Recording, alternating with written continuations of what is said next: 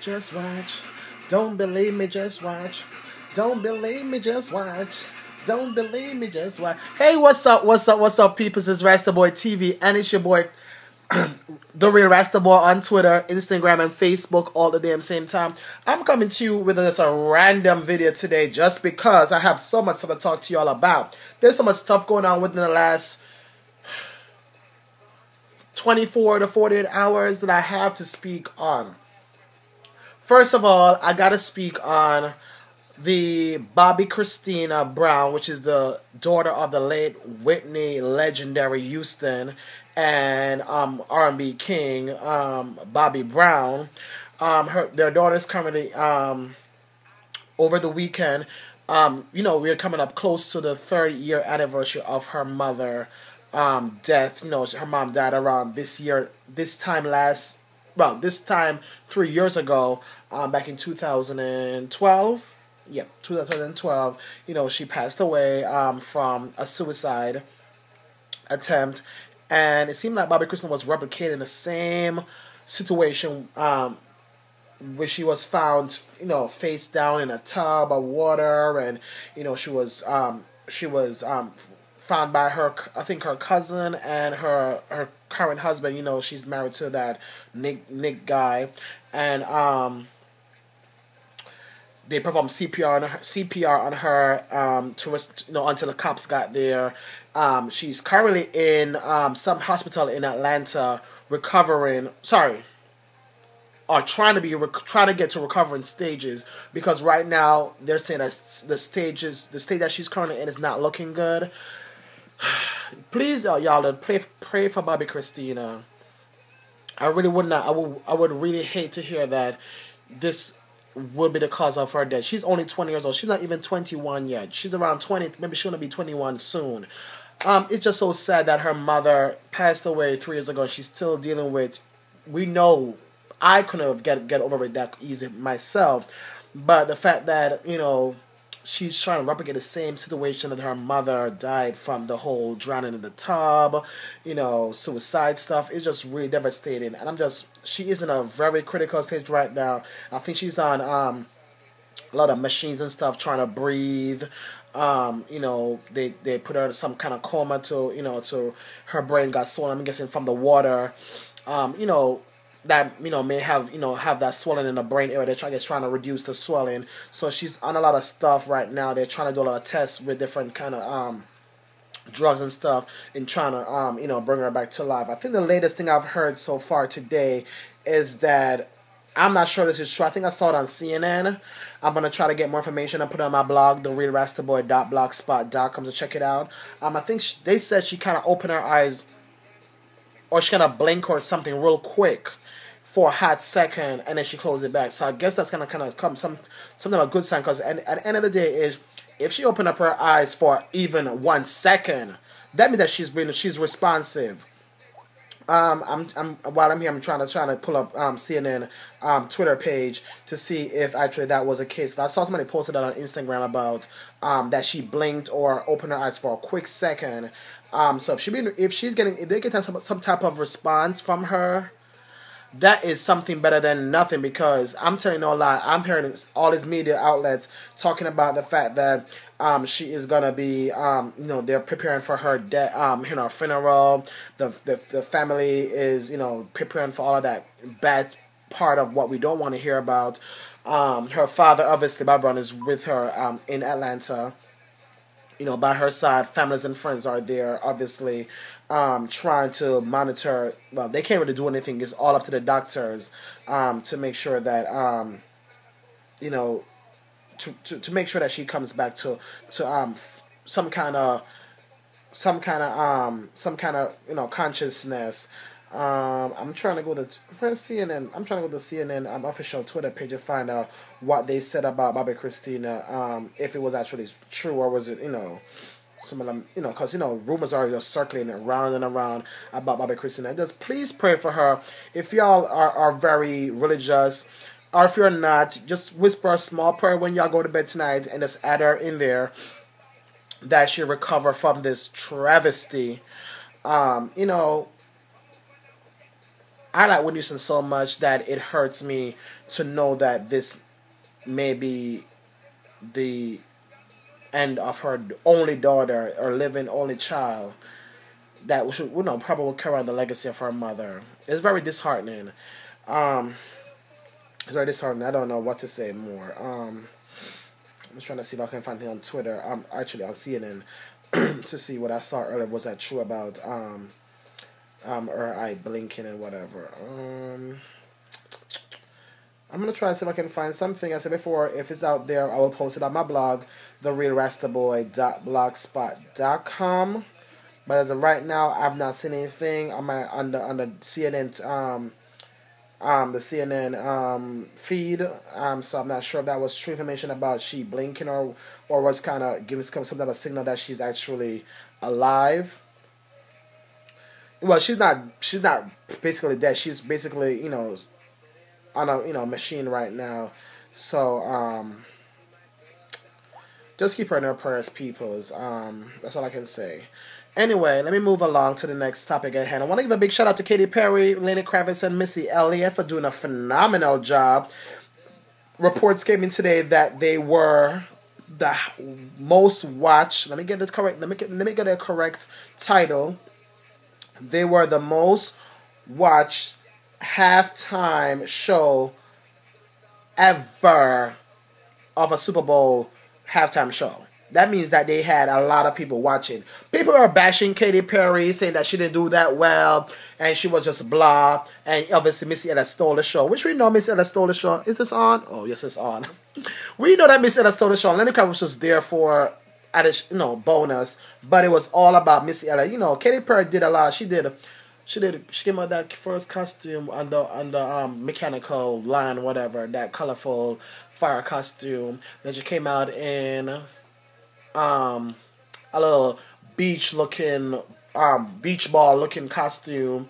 Then she came out again when Missy Elliott came out with a zip up jacket and she came out with that gown on. She did 4 costume change in a 8-minute set. That's really good. I think Jeremy Scott was the one, that big fashion designer was the one who did all her costumes. And I think he said the last gown that she wore was designed by Moschino, or one of them top fashion designer did their finale gown. They said actually it was 13 minutes. The show was 13 minutes entire. Halftime show was 13 minutes, and it commanded an audience of 118.5 million people. That's a lot of people watching this. We know the Super Bowl is one of the most watched show on TV every time of the year.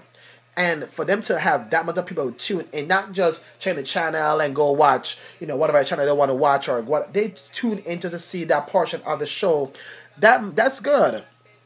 That's really good. So Katy Perry, hats off to you, my girl. You came in with 100. Well, not only you, Missy Elliott, and Lenny Kravitz. 118.5 million people were watching, and that's a 3 million plus increase of viewers than that who watched last year. Last year when Bruno Mars performed, he had 150 million. So that means that you garnished 3 million more people to watch you this year, girl. Good job. I wonder what the Beehive is thinking. Everybody's gonna, Beyonce did better. Beyonce did better than Katy Perry. This person did better than Katy Perry. So what? Everybody gets their damn turn. Beyonce got her damn turn with Destiny's Child. Bruno Mars got his turn with, I think he performed with that guy from what's that guy? What's that drummer guy? Bruno Mars performed last year and did his damn thing with the guitar guy and whatever, on Travis Barker or whatever. Everybody got their time. So don't be hating on Katy Perry right now because she got her damn time and she garnished a lot of people to watch her. Furthermore, I heard that she had to pay to perform in the Super Bowl because they're not paying the artist no more. Donna Ross, people performed years and years before, Michael Jackson, Whitney Houston, whatever. But out here now, you have to pay to perform at the halftime of Super Bowl if you want to put yourself out there. Obviously, maybe the return is going to be good because obviously, I'm sure Katy Perry's sales has super skyrocket out to this nowhere self within the last 24 hours. I heard that Missy Elliott right now has 3 songs in the top 10 on the Billboard.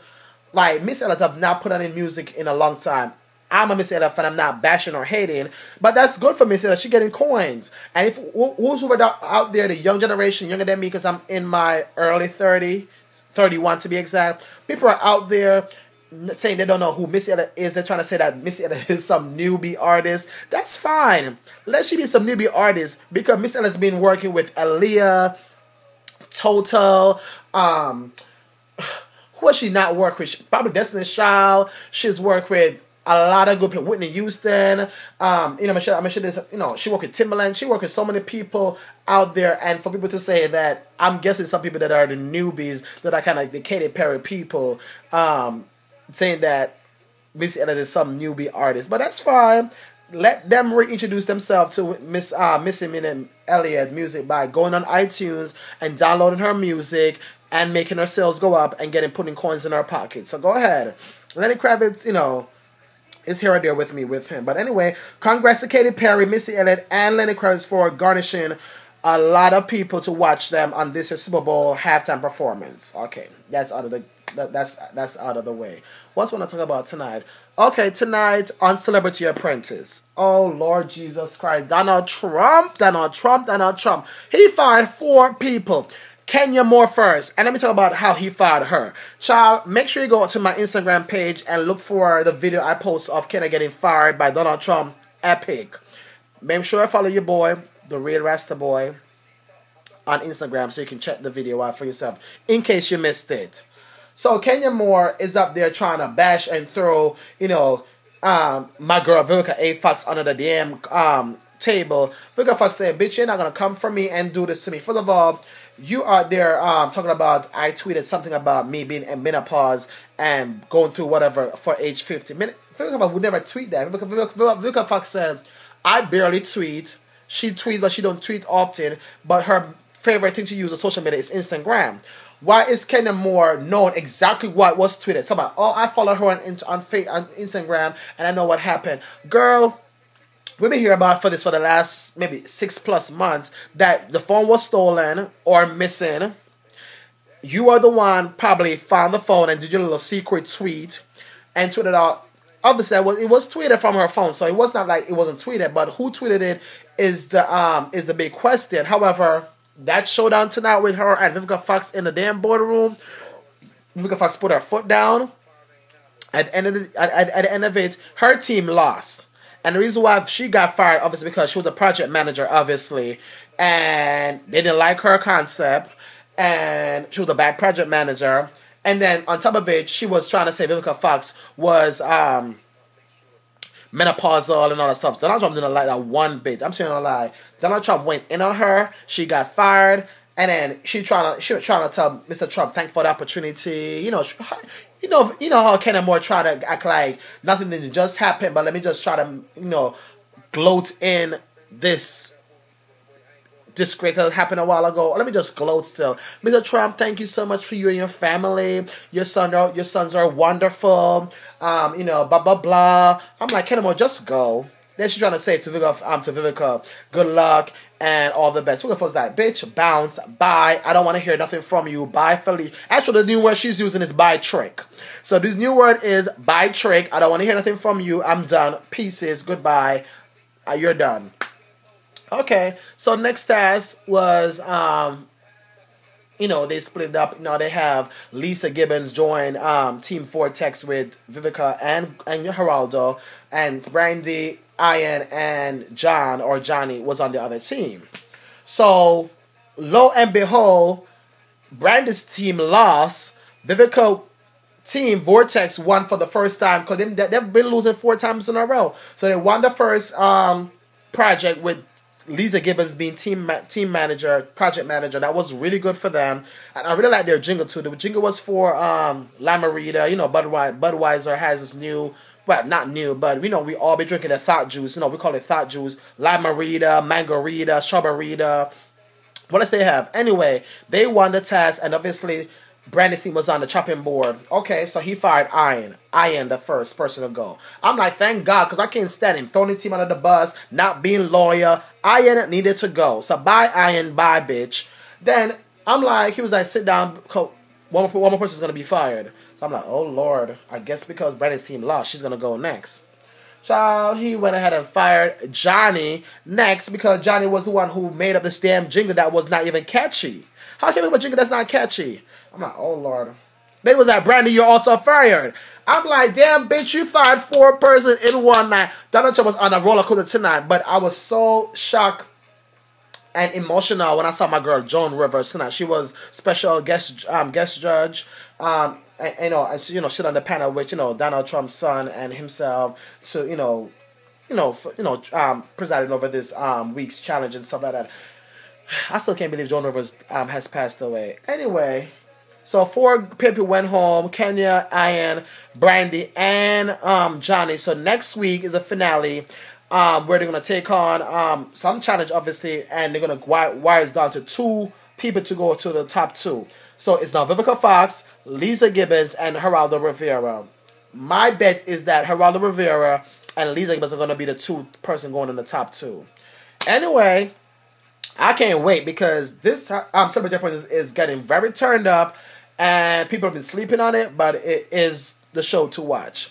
Before I go tonight, were y'all watching Love and Hip Hop New York tonight? I'm so tired of people on Love and Hip Hop, these shows, especially the parents of these people on these shows, acting so ratchet. Okay, so Mendes has a child with somebody else named Samantha, a little boy. We obviously been seeing the little boy, with him a lot on the show, but his mother been giving a hard time. Little Mendes' mother, which is her name is Samantha. So Samantha want to work on some type of agreement with Mendes, so him and her can come to agreement about visitation, or who has a child in the week or who has a child on the weekend. So tonight I saw that Mendes was meeting up with the child's mother and the grandmother, his mother, and himself. His mother name is Judy, and Samantha's mother name is, I can't remember what Samantha's mother name is, but I didn't even know that was her mother because she was giving me Butch Dyke realness. I'm like, I saw she walk into the restaurant to meet Mendes and his mother, and I'm like, is that Samantha's father? Her hair was cornrolled back and beads was on the ends, and she was rocking a jacket suit. I'm like, wait, is that a woman or a man? I'm like, oops, I guess that's Samantha's mother. I'm not sure if Samantha's adopted because I'm kind of looking like Samantha. That's your birth mother, or that's your adopted mother, or your, I don't know, child. But that lady was giving me Butch, Samantha's AKA mother. But the point I'm coming at is they sat down trying to talk about little Mendez's, who's going to be with whatever days of the week, and trying to work on some kind of solution to the problem they're having. And there goes somebody, I think Samantha or Samantha's mother got smart and asked Mendes' mother, how old is she? And I guess she'd already been hot and heated by the fact that they've been having tension going on so far. She threw the damn drink, I think, mostly on Samantha's mother, and some of the Jews got into, Samantha. But child, that erupted a lot of ratchetness. All of a sudden, she's trying to fight Mendes' mother. Mendes' mother is calling her a bitch, and they're snapping at each other. I'm like, when do people mothers on shows start acting so ratchet? I'm like, you would think that leave it to your son or your daughters to be extra on TV. Why you coming on TV acting all ratchet and turn like you want to fight? That's not even a good representation of somebody's mother. I'm like, you on TV, want to be turned up and jumping people and fist fight and stuff like that. That's so unbecoming. But again, it's Ratchet TV Monday. It's Love and Hip Hop New York. What do I expect? Then Rich Dallas over there talking about he has all these new artists and stuff, trying to work with new people. I'm like, Rich Dallas, you always working with some video girls that trying to be music artists, I guess. They're known for shooting calendars and being in music videos, showing up their big booties and stuff. They're talking about people. Everybody want to sing. Everybody want to sing. Everybody want to put a song out because I guess that's the lucrative thing to do. Put a song out on iTunes and people dumb enough go buy it, and then they garnish money. What is not sin? Trying to put out music. It's this new girl called Johnny or Blast or something like that. Her booty's so damn big. I thought she probably had some fake stuff and it looks so damn stink. Johnny Blast, whatever her name is. And I'm like, every time there's always some chaos going on in between. Then nasty ass Peter Guns over there talking about he's gonna try to get you know, so the children with Tara that he has with Tara and Amina's child to bond or, you know, meet each other, whatever. I don't know if Tara's gonna like that, but anyway, we'll see how that plays out. Obviously, Yandy told Tara tonight also that she's pregnant. I'm like, girl, I don't know how you been keeping that secret because that belly's been so big. We all know that you're pregnant.